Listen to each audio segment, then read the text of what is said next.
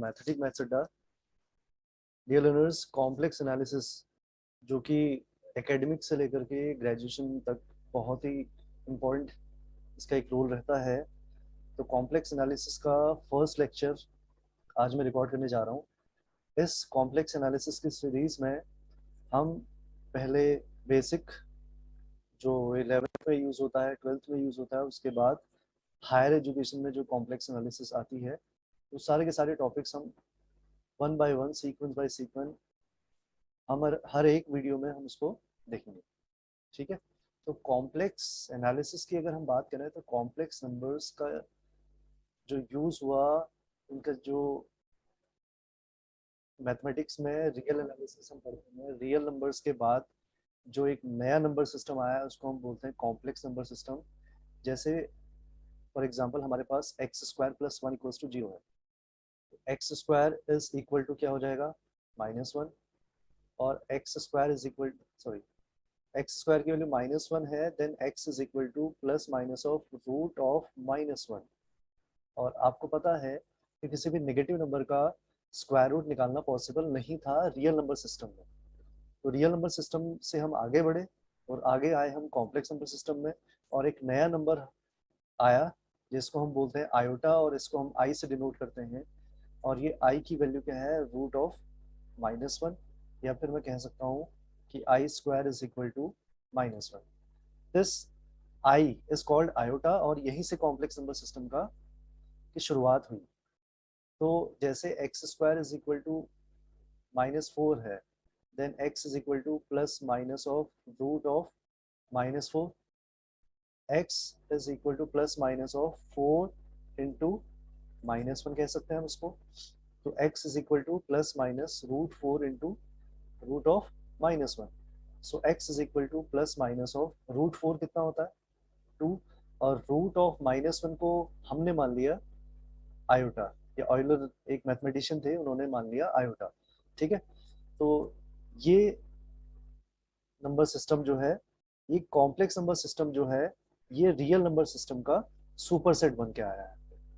Real number system से भी हम बाहर निकले और आए हम कॉम्प्लेक्स नंबर सिस्टम में, जहाँ पे हम नेगेटिव नंबर की स्क्वायर रूट निकालना बड़े आसानी से हम उसको सॉल्व कर सकते हैं। तो कॉम्प्लेक्स नंबर सिस्टम की अगर हम बात करें, जैसे आई स्क्वायर की वैल्यू कितनी हो गई, -1। I cube can be written as I into I square. I into I square is -1, so it can be written as minus of I raised to the power 4 can be written as I cube into I, या फिर इसको लिखने का एक तरीका और भी है। इसको आप क्या लिख सकते हो, इसको आप लिख सकते हो आई स्क्वायर का स्क्वायर। तो आई स्क्वायर का स्क्वायर अगर हम लिखते हैं तो आई स्क्वायर की वैल्यू कितनी होती है, -1, तो -1 का स्क्वायर कितना हो गया, +1। तो आई की पावर 4 की वैल्यू भी हम बड़ी इजीली निकाल सकते हैं। आई की पावर 5 की वैल्यू निकालनी है, तो आई की पावर 5 को मैं लिख सकता हूँ आई की पावर 4 इंटू आई। आई की पावर 4 को हम लिख सकते हैं आई स्क्वायर का square into I. I square की वैल्यू -1 का स्क्वायर इंटू आई आयोटा, -1 का square +1, it will be I. आई की पावर 5 हो गया आपका आई। तो कोई भी आई की पावर, आयोटा की पावर, अगर आपको कितनी भी बड़ी पावर आपको निकालनी है तो बड़ी इजीली आप उसको, बड़ी आसानी से उसको आप निकाल सकते हो। जैसे कुछ और एग्जाम्पल्स अगर हम लें, आई की पावर 35 है, आई की पावर 35 को हम लिख सकते हैं 34 इंटू आई की पावर 1। आई की पावर 34 को मैं लिख सकता हूँ आई स्क्वायर की पावर 17। आई स्क्वायर की वैल्यू -1, -1 की पावर 17 इंटू आई। -1 की पावर 17 कितना हो गया, -1 इंटू आई, और ये हो गया माइनस का आई। ये आई की पावर 35 की वैल्यू होगी। तो कोई भी बड़ी से बड़ी वैल्यू आपको निकालनी हो आई की पावर में, वो बड़े इजीली आप उसको निकाल सकते हैं। ठीक है।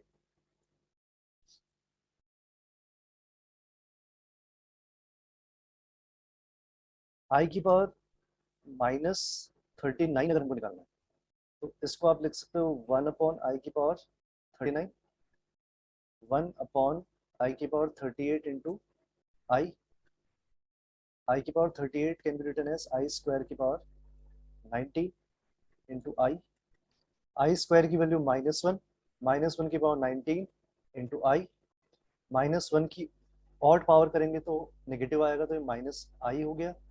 अब न्यूमिनेटर और डिनोमिनेटर में हम आई से इसमें मल्टीप्लाई कर लेते हैं, तो मल्टीप्लाई अगर हम करते हैं तो क्या आएगा, आई upon minus i square, I I square की value -1, minus minus plus, so it will B iota.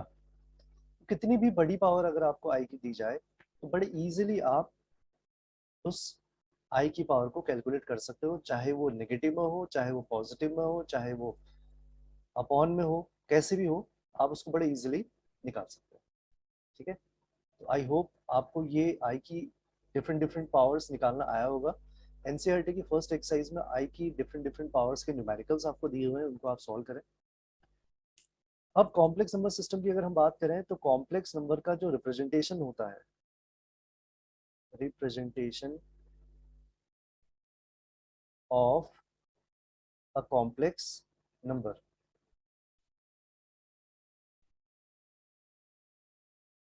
Complex number को हम रिप्रेजेंट करते हैं a plus i b, where a and b both are real numbers. लेकिन ये जो इसका without I वाला पार्ट है, इसको कॉम्प्लेक्स नंबर को हम जेड से डिनोट करते हैं, तो ये जो कॉम्प्लेक्स नंबर का ये वाला जो पार्ट है जिसमें आई नहीं आ रहा है, इसको हम बोलते हैं रियल पार्ट। और ये जो आयोटा के साथ आ रहा है इसको बोलते हैं हम इमेजिनरी पार्ट।